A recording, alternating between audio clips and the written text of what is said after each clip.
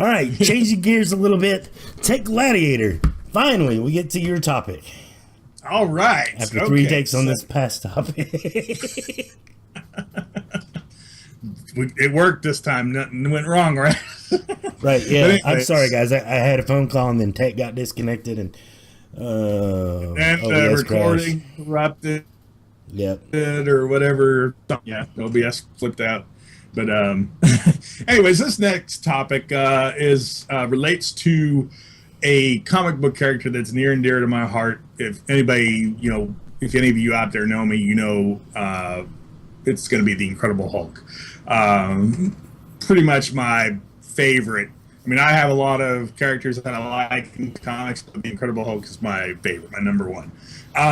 And Marvel just announced that they're killing off the Hulk's alter ego, Bruce Banner. They're not getting rid of the character, of course, because as anytime that they kill off a character of late, they just replace him with somebody else as the character. But anybody that knows anything about the Hulk knows that basically Bruce Banner and the Hulk, the same person, but two sides of the same coin, two separate personalities.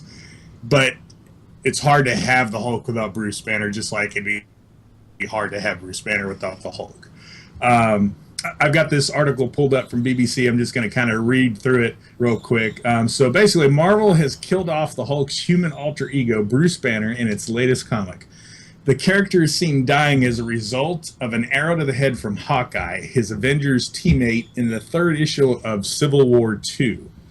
Banner has been the Hulk's alter ego since the character's creation in 1962. However, for the last year, readers have seen Banner medicating himself to keep his anger management issues under control.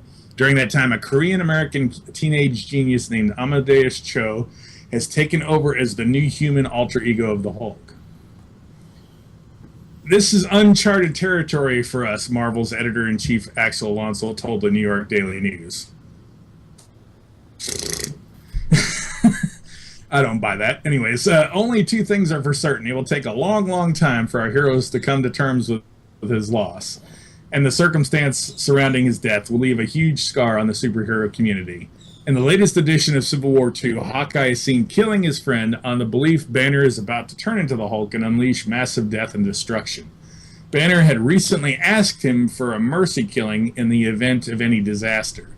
His death comes a week after Marvel announced Riri Williams, a 15-year-old African-American girl, will become the new Iron Man. Marvel has previously brought back characters after their apparent death, including Captain America and Spider-Man, who returned within a year of their demise. It is not yet clear whether Banner could return in a similar way. Marvel. Hold up. I have a huge problem with this. My problems go like, somebody's going to turn into the Hulk. Here's my problem: is they killed off Wolverine, right? And they don't bring him. They replace him with Old Man Logan, which is pretty much, hey, Wolverine, you didn't kill him off. You just brought him. You just made him older. Or you brought an alternate future version of him back right. From the future, who can't exist anyway because the present day one is dead. Right. So here, man, and it's then alternate future. You've got Captain America has always been a freaking Hydra agent. What? So Falcon is the true Captain America right now. That's stupid. Bring back Steve Rogers. Hashtag bring back Steve Rogers. Make that trending. And then you've got Thor turning into a woman. You've got Thor turning into a woman. You've got now Iron Man is going to be a woman. Miles Morales replacing Peter Parker. You've got, good grief. What the fuck is going on over there, Marvel? The Iron Man's going to be a woman. Can't we have anything just be, get your social justice underwear and take them off and put on your big boy pants back on. Let's get rolling back on to comic books the way they're meant to be, all right? The characters the way we love them. And quit horse. No wonder people quit reading, man. You keep fucking up and pandering to, anyway, different demographics. That's why, even though I have always been a long time loyal Marvel supporter, I'm switching to DC. I don't know if I'm going to go that far. I'm just going to hope that they get back to telling good stories, and I'm just going to take a break and pretend that none of this bullshit happened. That's just me. Well, yeah, I mean, I hear you on that. It's like, why? I mean, it used to be like a major thing, like a character's changing in some major way or being replaced in some way, major way. But now doing it to like every single Marvel character, why does the entire Marvel universe have to be replaced? I mean, I understand you want to have diversity and everything. You want to be fair and equal to everybody, represent everybody. But why do you got to replace existing characters? Are those other races and genders and everything else? Are they like not adequate enough of building up their own character, original characters? Rather than having to take over pre-existing characters, they're not good enough to be able to stand on their own legs. They have to use pre-established. Here's my thing. I'm okay with adding depth or character or depth and layers to characters, okay? I'm okay with that. I'm fine with that. And I'm okay with reinventing characters that don't work. For example, Psylocke. When Psylocke was first... when Betty was first introduced into the X-Men universe, she didn't work. So what did they do? They split her personalities with her and Captain Britain and all that shit. And then they had it didn't work. Just like Jean Grey, she did not work when they first brought her on into the X-Men. So they had to change what she was all about. The Dark Phoenix saga made her a very popular character. I'm okay with transformation of a character when the original thing does not work and readers don't don't attach to it very well. But here we're talking about we're talking about what makes Marvel Universe. The reason people read your comic books, the attachment rate is there on these characters, and you're changing the high profiled ones. Why? I can understand one every once in a while, and then getting back to your roots and stuff. But this is just batshit crazy, baffling to me. I don't know, Tech. Again, I mean, and it cries of gimmick. I mean, okay, killing Bruce Banner now. It's not gonna be. It's not gonna be forever. That's why I'm not that mad about it. It's because in a year, 2 years, however, or they may drag it out, which that'll be the frustrating thing. Is like how long are they going to drag it out before they finally bring it back. But the other hand too, like when you see these changes and they're specifically changing like white male characters to either another race or another gender, and it's not that that's a bad thing, but if they're just doing it for the sake of like, why are they doing it? Like, what's the reasoning for it? Is it just to say, oh, we're not racist, we're not sexist, we're not anti-LGBT, Is that the only reason? So you can prove something? Because that actually, to me, sounds like you're exploiting those kind of people. Right. You're exploiting other genders and other races to sell your product because your writing sucks. You're not putting out good stories like you used to, so you're relying on gimmicks that exploit certain groups to sell your product. And to me, that's worse because in the past, Marvel has always been very diverse, and they didn't do it by replacing existing straight male or female characters, white characters, or whatever. They did it naturally, exactly by introducing new characters. Or if a character a long time ago, I don't know how many people are familiar with Alpha Flight, but North Star of Alpha Flight a long time ago was revealed to be a homosexual character. I'm familiar with Alpha Flight. and it was introduced naturally, as a natural thing. It wasn't all of a sudden some drastic change because it didn't change the fundamental aspects of the character or anything like that. Even with the new Star Trek movie, we've talked about this before, and I actually had the opportunity to get to see that finally. I took my son to see it, which was really cool. And the way they introduced Sulu being gay is exactly what you were talking about, Stan. It wasn't like with the big fanfare hoopla. It was very subtle. not even a big deal. It was just a couple scenes where and it didn't take away from the previous original timeline where we saw that Sulu had a daughter. We got to meet his daughter as a little girl, but obviously, they adopted, and we got to meet his partner. It didn't say like whether they were married or not. Right, it didn't distract. It didn't detract from the. It didn't original source distract material. Exactly. You're just adding a new layer, anything. a new level there. Right, and it was not done like it was not made a big deal of. It was just like, hey, he's gay, okay, no big deal. See, carry on with the story, and it fit in. It was not anything out of place. I think they did it perfectly. Right. I think here's my thing. I think that I'm not as mad about the Hulk thing and the Bruce Banner. No, I'm not that mad about it. Here's the thing about Bruce Banner is like he will always be able like. If they change him into the Hulk quick enough, which it sounds like they're going to do, they're going to keep the Hulk on, just getting rid of the Bruce Banner personality for a while. Maybe he's able to heal as long as he's the Incredible Hulk. So the longer he stays the Incredible Hulk, maybe he'll heal over time. It's not exactly like that. I get what you're saying because similar things have happened. It's not really the first time Bruce Banner has died, but yeah, if you get him turned into the Hulk quick enough, bam, he regenerates because really. You can blow up the Hulk with a nuclear bomb, and he will still, given enough time, regenerate from that. Right. The Hulk's not going to carry on as the Bruce Banner Hulk. Like it's not going to be the Hulk that we know. It's Amadeus Cho has got the same transformation as Bruce Banner.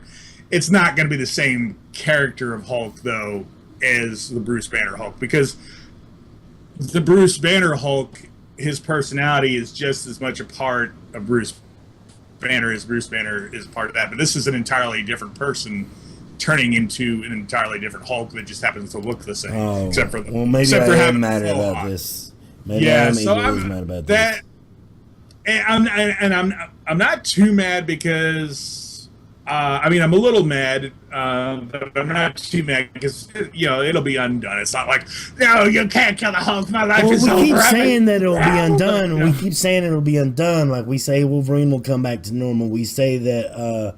But what if it never gets undone? What if Marvel's like, no, this is the way our universe What if that's what they do?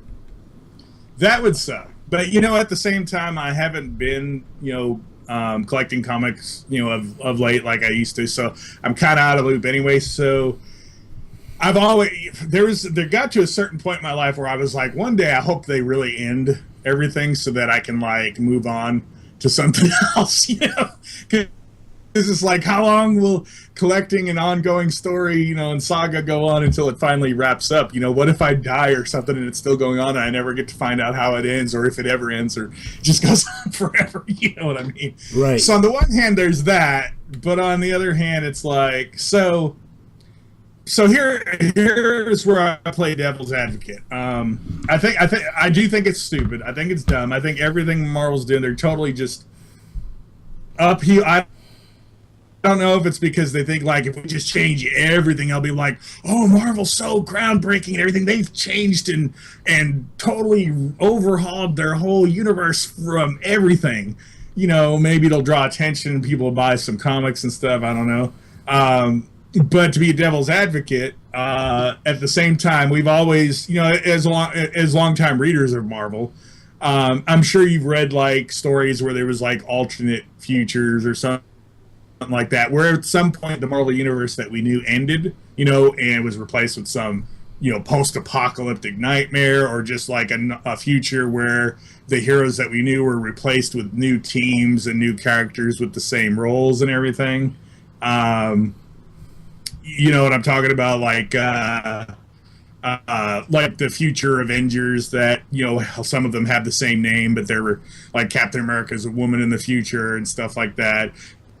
So they kind of, in the past, have done similar things by replacing like the characters with like other genders, other races and stuff. So it's not like the first time they've ever done it, but it would not in like the actual titles themselves. And the alternate futures were there as alternate futures, but in the main titles, you always got the ongoing adventures of your current character. so it kind of is like that we're actually seeing that change over, like that we've not exactly as it's been like in those alternate future comics, but it's actually like here we are, we're actually ending our story of our old universe and showing the transition into this new universe that we always kind of hinted at in the past that would happen. So in a way it could be that, but at the same time, why is the Marvel universe so different now than what it was before? Like, why is it so many like women want to be male characters? I don't know. I just don't get it. And so forth. And like a woman being Iron Man. Okay, why can't she just be Iron Woman? You know, why does a woman have to be Iron Man? You know, but again, it kind of harkens to that social justice thing. They don't want social justice warriors getting all over them about, you know, stuff, I guess. Like they don't, you know, they're like, if we do this, then they'll leave us alone. Right. Maybe, I don't know. Or maybe they're Disney maybe replaced the whole bullpen with social justice warriors, maybe. That could be possible too, but the way I look at it, and I mean, you know, and these are things you've touched on in your real talk, Stan. You're talking about free speech and everything, and sometimes you feel like you got to be so careful in what you say because you say the wrong thing. You may, you know, have the best intentions in your heart, but you might say something the wrong way, and then everybody's like, the social justice warriors are all over you, and you're done, basically. But like, you know, I'm very, you know, anti, you know, hate, anti bigotry, anti-racism. You know, everybody should be loved and accepted, you know, for who they are, regardless of race, gender, you know, LGBT, you know, regardless of all that, whether they're gay, straight, whatever. People are people, and nobody deserves to be hated and mistreated, you know, because of things like that. But on the other hand, you can go too far with this stuff. And yeah, there has been racism, and there, you know, racism is still out there. You know, and hate and bigotry, but it can kind of go both ways. And becoming opposite of it, you know, turning it again, you can become bigotry, you know, you could become bigoted towards white people, white straight people, you know, that, you know, that is a thing. But if you are getting the yearly subscription, which is really, like I said, the better deal, that it's only $10 more a year, it's not really a huge break in the bank if it's on a yearly basis, and it's still a good deal. It's really still a good deal. Is it though? I mean, it puts it on par with Xbox. Here's the thing. Before PlayStation 4 came along, we didn't pay anything for PlayStation Plus. So if you wanted PlayStation Plus, it was just for free games. They weren't charging you for an internet service. Right. So what are we paying them for? Is my question, because all we're getting is indie games. We're not getting AAA games across all platforms. We're getting indie games on PlayStation Vita and PS4. And the AAA games that we're getting on PS3, they're kind of dated. They're out of date. So my thing is that Steam and the PC community, they don't pay anything.